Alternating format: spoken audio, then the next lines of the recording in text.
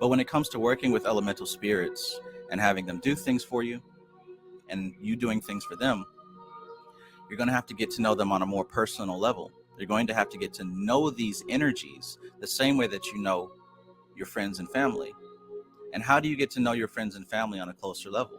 By spending more time with them, by building rapport with them, right?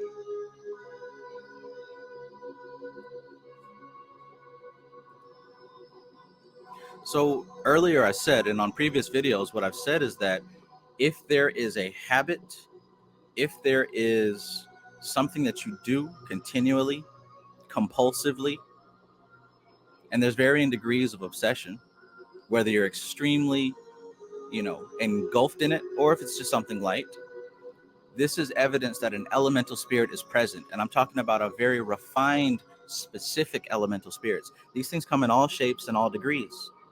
Some of them are very, very specific, and some of them are very broad and general. I mentioned earlier in this video that you have literally an army of elementals surrounding your aura at all times. These are either your friends or your enemies. You know the answer to that question based on the effect that they cause in your life. So here's the thing. We can talk about a sex addict, right? Someone who loves to have sex all the time. Can't be without it. Masturbation is not enough. There must be another person. What you've got to understand is that the soul does not have a desire to have sex because the soul doesn't have a body and it doesn't have a gender. The soul is something that is beyond those things, which means that this desire, this compulsion to have sex belongs entirely to the body itself. It belongs to the body.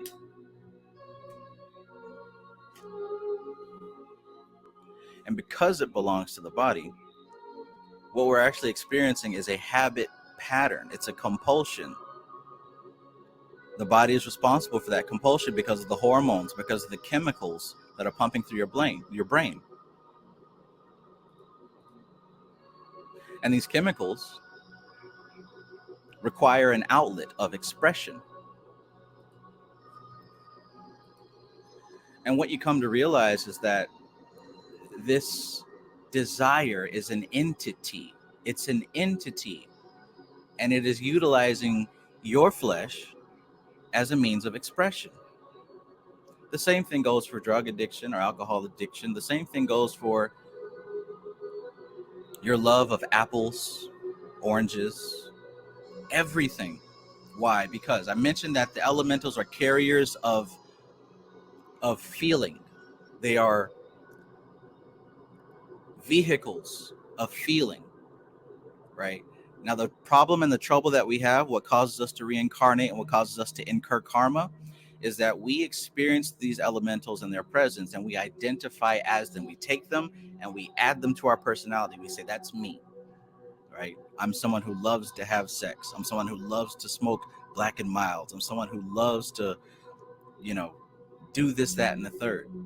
But the fact of the matter is, each one of those experiences are the work of elementals. And I'm not saying that this is a bad thing and, we got to purify and well, yeah, you do, but this is just how the human experience works. The body is just a tool. It has no real subjective characteristics other than what is provided by these elemental influences. So this sexual entity, right, which it's more than likely a earth spirit, a fairy type of spirit, it craves a certain feeling, right? That feeling of being intimate, being sexual, having that specific experience, right? This is why everybody has fetishes. Having that specific experience is what that elemental spirit is. It is that specific experience. So it's going to inspire and encourage and influence you to do whatever is going to be the easiest path for you to make your way into that experience. And once you're there, this elemental is fed, so to speak, right? It gets to flourish, it gets strengthened, it gets nourished by you indulging in that experience. And the more that you indulge it, the stronger it gets.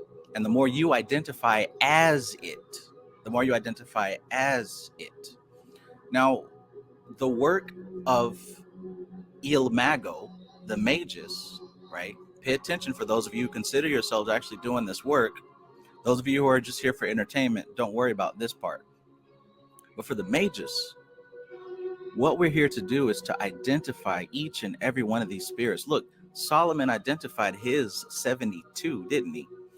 Your work is to identify your specific elemental spirits that you have taken in. And it's your duty to exorcise them. To exorcise them. Just like a Catholic priest would exorcise a person who's possessed. Now follow me here. Again, this is not about good and evil and, oh, I got to get the devil up out of me. No, these are still your friends. The difference is, are they working for you or working against you? Long story short, what you're going to want to do is create a vessel for this thing so that it can exercise its will through that vessel instead of through you. This is how you break addictions. This is how you purge the karma. Because as long as you identify as this behavior, as long as you identify as this elemental, you are specifically incurring the karma of that elemental. That's what's happening. What that means is, if the tool of the body finishes its work and it's done, and your consciousness has now transcended to the more subtle planes, this doesn't go away. You're going to still carry the elemental with you, identifying as it. And you're going to have to go through a cosmic purging process until you release that elemental force. This is why you reincarnate. So let's say the body passes away, and now you're floating around in the astral plane, and you're still wanting to, air somebody out. You're still wanting to go dig in some guts, right? Or have your guts dug in, whatever. There's no body for you to do that with. So naturally, you're going to forcefully reattach yourself to the physical plane. And honestly, the more intense the desire gets, it doesn't matter what vehicle, right? You might possess a dog, you might possess a fly, a lizard, whatever it takes for you to allow that elemental force within you to express itself. And you're going to keep doing that until you realize, oh, this was never me. I was just holding on to something, incurring karma, and having to balance it out. Do you see how that works? Do you see how that works? Once again, I'm not saying that these things are bad, right? As long as you possess the tool of a physical body, it's going to come with these hormones that cause you to seek out experiences, for sure. And if you want to diminish the influence of the elemental spirit, you're going to have to give it another channel of expression. You're going to have to exorcise it, tame it. And this is the beautiful part. I said this is the work of the mages. What you're actually doing when you're exercising that spirit, you're helping it to evolve to its next level, right? You only got two choices. It's going to bring you down, or you're going to elevate it. That's it. And when I say bring you down, what I mean is you're going to keep identifying as it. You're going to keep going through experiences with it, thinking that it's, because think about how ridiculous that sounds. Here you are, a consciousness floating in the astral plane with no body to anchor yourself, and you're wanting to desperately have sex. You don't even have a body. You don't even have a gender. So you're going to seek the closest outlet to express that energy. Like, is this like clear? Does this make sense? And I use sex because that's an example that everybody's going to stop and listen to. But take what I just said and extrapolate that. Apply it to any other type of habit that you have, any other type of compulsion or desire or obsession, right? Perhaps you are someone who wants to create music, and your whole world and your whole life is an obsession about creating music. Well, understand that that too is a specific elemental force, and it requires a vehicle of expression. That's why you make songs, right? That's why you do what you do. You're allowing it to express itself through a channel. And understand that the human consciousness is nothing specific. It's literally just an observing tool. However, if you attach yourself to qualities and say, this is me and that's me, what you're doing is you are attaching elemental forces to you. And if you believe that those things are you, you're going to continue to incarnate experiences so that those forces can express themselves until you realize that those are not you. It's that simple. It's that simple. Which is why I said, that those three major filters that you go through in working with these elemental spirits. The first major filter that you've got to understand is the distinction between the inner world and the outer world is not really real. We have that distinction because of the human body, right? We experience things with our five senses, and then we have an inner experience based on the data that we get out of our five senses.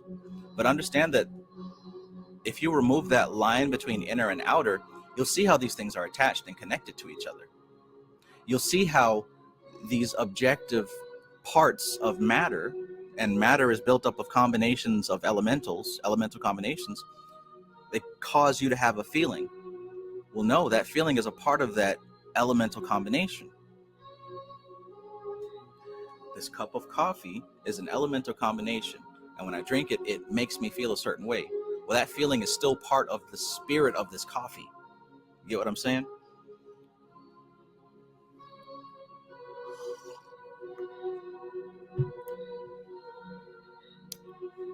Hope so. So let's see. I think we have some questions here in the chat.